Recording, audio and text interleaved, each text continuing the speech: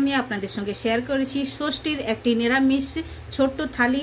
তার মধ্যে আছে ছোলার ডাল, আলুর দম, পরাঠা আর সঙ্গে আছে খাজা। তাহলে চলুন কেমনভাবে আমি বানিয়েছি এই নিরামিষ রেসিপিগুলো পুরো ভিডিওতে গিয়ে দেখে নেওয়া যাক।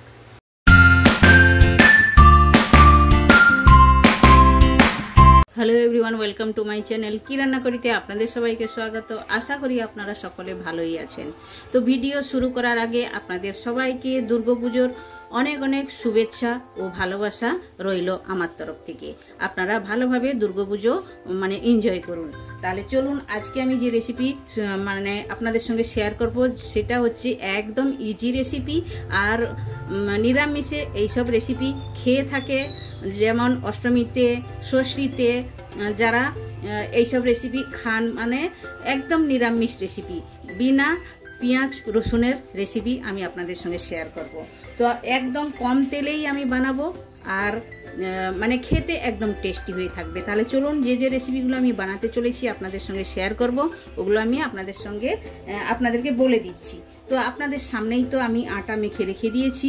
আর আমি এটা বানাবো আজকে পরাঠা বানাবো। পরাঠার সঙ্গে থাকবে ছোলার ডাল আর আলুর দম। বাস এতটাই বানাবো, আপনাদের সঙ্গে শেয়ার করব। আটাটা আমি ভালো করে মেখে নিয়েছি। আটা তো কম বেশি সকলেই জানেন কেমনভাবে মাখাতে হয়। ময়ান দিয়ে, একটু চিনি দিয়ে আর লবণ দিয়ে ভালো করে মেখে নিয়েছি। আর খানিকটা পরোঠার জন্য আমি বেলেও নিয়েছি। দেখুন এভাবে ত্রিকোণ করে বেলে নিয়েছি। আর ছোলার ডাল আলুর দম যখন বানাবো ওটাও আমি শেয়ার করবো। প্রথমে আমি পরোঠাটা ভেজে নেব। আর পরোঠাটা তো কম বেশি তো সকলেই জানেন কেমনভাবে বেলতে হয়, তবু আমি একটা দেখিয়ে দিচ্ছি ত্রিকোণভাবে কেমনভাবে বেলবেন আপনারা। একদম ইজি রেসিপি আপনাদের সঙ্গে আমি শেয়ার করব। আর প্রত্যেকের বাড়িতেই তো এইগুলোই বানানো হয়, তবু আমি আপনাদের সঙ্গে শেয়ার করছি আমি কেমনভাবে বানাই। তাই জন্যই আপনাদের সঙ্গে আমি রেসিপিটা তুলে ধরলাম। এইবার এই দিকটা ফোল্ড করে দেবো। ফোল্ড করে দিয়ে একটু তেল কিংবা ঘি এই মাঝখানে লাগালে পরোঠাগুলো একদম ভালোভাবে ফুলে আর নরম একদম তুলতুলে হয়। এভাবে ভালো করে বেলে নেবো আমি। তাহলে চলুন সবগুলো এভাবেই তো আমি বেলে নিয়েছি খানিকটা। আর ওইদিকে আমি ভাজবো আর বেলবো। তাহলে চলুন সেঁকে নেবো। আমি একদম ডিপ তেলে ফ্রাই করব না, কম কম তেল দিয়ে পরোঠাটা আমি ভেজে নেবো। একদম আমি ছাঁকা তেলে ভাজবো না, কারণ অনেকেই ডায়েট করে থাকে, একটু তেল মশলা কম খেয়ে থাকে। আমি কম তেলেই বানাবো। তাহলে চলুন, এটা তো আমি বেলে নিয়েছি, এখন গ্যাসের কাছে যাওয়া যাক। তো পরোঠা আমি প্রথমেই 2 পিঠ সেঁকে নিয়েছি খালি তেলে। এখন আমি তেলটা অ্যাড করছি। প্রথমে 2 পিঠ একদম খালি সেঁকে নিতে হবে, বিনা তেলেই সেঁকে নিতে হবে। তারপরে তেল দিয়ে এবার উল্টে পাল্টা করে ভেজে নিতে হবে পরোঠাটা। তো দেখুন পরোঠাটা এভাবে সেঁকে নিতে হবে। সেঁকে নিয়েছি। সেম প্রসেসে প্রথমে আর একটা আবার দিয়ে দিলাম আমি। তো দেখুন 2 পিঠ সেঁকে নিয়েছি। এখন আবার তেল দিয়ে দেবো এভাবেই, দিয়ে উল্টো পাল্টা করে সেটাতেই আমি ভেজে নেবো। যেমনভাবে প্রথমটা ভেজেছি ওইভাবে সেম প্রসেসে ভেজে নিতে হবে। আর দেখুন পরোঠাগুলো ফুলে যাচ্ছে কত সুন্দর, আর একটা লেয়ারও ছেড়ে দিচ্ছে। এই যে দেখুন এইভাবে। তো দেখুন প্রত্যেকটা পরোঠা এভাবেই ফুলছে। চেঞ্জ করে দিলাম 2টা সাইড।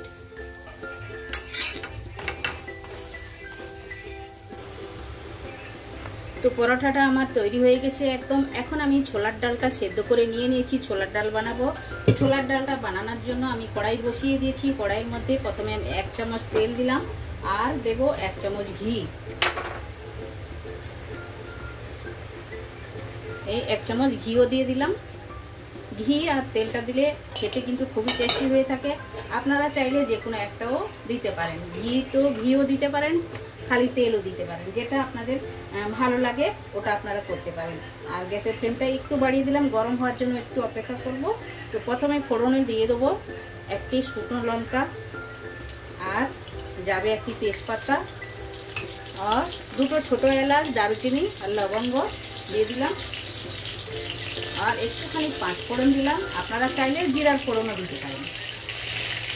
দিয়ে এখন ভালো করে এটা ভেজে নেব, খুবই সুন্দর একটা ভাজা ভাজা গন্ধ আসবে, অতটাই পর্যন্ত ভেজে নিতে হবে। তো ভালোভাবে ভাজা হয়ে গেছে। এখন দিয়ে দেবো একটি মিডিয়াম সাইজের টমেটো কুচনো দিয়ে দিলাম। দিয়ে এইটা টমেটোটা তাড়াতাড়ি সফট হওয়ার জন্য 1 চামচ লবণ দিলাম, মানে স্বাদ মতোই দিয়ে দিলাম, একইবারই দিয়ে দিলাম, আর আমি অ্যাড করব না। দিয়ে ভালো করে টমেটোটা কষিয়ে নেব। তো দেখুন টমেটোটা ভালোভাবে কষিয়ে নিয়েছি। এখন অ্যাড করে দেবো ছোলার ডাল সেদ্ধ করে রেখেছি, যেটা দিয়ে দিলাম। দিয়ে ভালো করে নাড়াচাড়া করে দিলাম আর ফোটার জন্য অপেক্ষা করব। আর এটাতে দেব 1 চামচ চিনি, 1 চামচ চিনি দিলাম। দিয়ে নাড়াচাড়া করে দেবো ভালো করে। এখন একটা ফোটার জন্য অপেক্ষা করব। তো ডালটা ভালো করে ফুটে গেছে। এখন আমি দিয়ে দেবো 1 চামচ ভাজা মশলা। ভাজা মশলাতে আছে জিরে, ধনে আর লঙ্কা, মানে শুকনো লঙ্কা, তেজপাতা দিয়ে আমি একটা শুকনো মশলা ভেজে বানিয়ে রাখি, ওই মশলাটা আমি অ্যাড করে দিলাম। আর গোলমরিচও দিয়ে থাকি আমি, আর খুবই টেস্টি হয়ে থাকে। এখন লাস্টে আমি দিয়ে দেবো ধনেপাতা।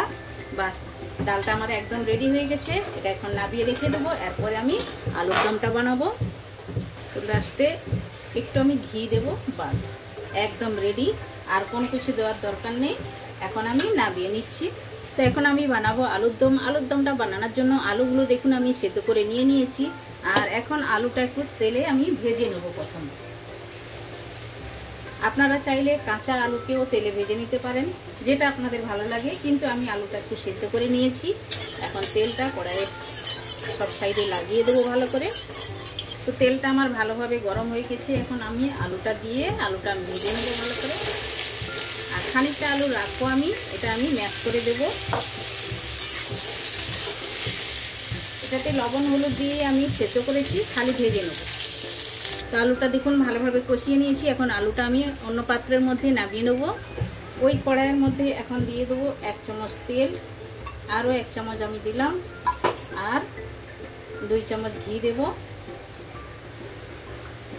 2 চামচ ঘি দিলাম।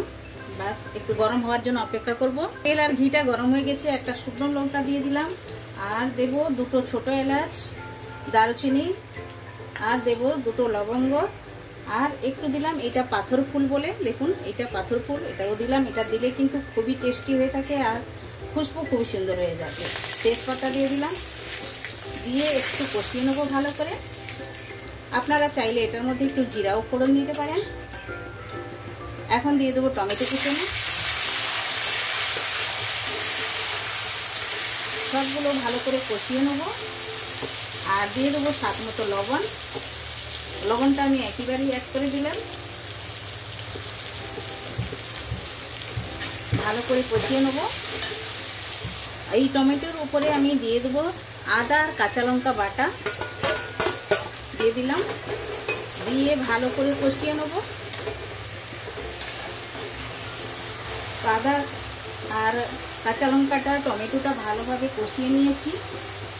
এখন অ্যাড করে দেবো আমি 1 চামচ লাল লঙ্কার গুঁড়ো। ঝালটা আপনারা আপনাদের হিসাবে দিবেন, আমি আমার হিসাবে দিলাম। আর 1 চুটকি হলুদ গুঁড়ো, আর 1 চামচ ধনের গুঁড়ি, আর দেবো 1 চামচ এটা গরম মশলা দিলাম। আর এটাতে অ্যাড করব আধা চামচ জিরের গুঁড়ি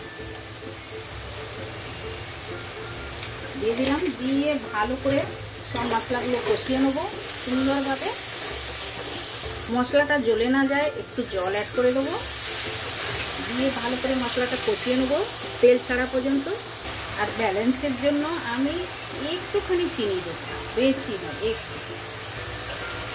একটু নোনতা নোনতা ঝাল ঝাল হলে খেতে ভালো লাগে, মিষ্টিটা ভালো লাগে না। আপনাদের মিষ্টি যদি ভালো লাগে আপনারা 1 চামচ ভরে দিতে পারেন, কিন্তু আলুর দম একটু ঝাল ঝালটাই ভালো লাগে। তো দেখুন ভালোভাবে কষিয়ে নিয়েছি, তেল ছেড়ে গেছে। এখন ভেজে রাখা আলু আর খানিকটা আলু ম্যাশ করে নিয়েছি, ওটাও আমি দিয়ে দিলাম। দিয়ে মশলার সঙ্গে ভালো করে কষিয়ে নেবো আলুটা। তো মশলার সঙ্গে আলুটা ভালোভাবে কষিয়ে নিয়েছি। এখন মিক্সারের জলটা অ্যাড করে দেবো, মশলা জল।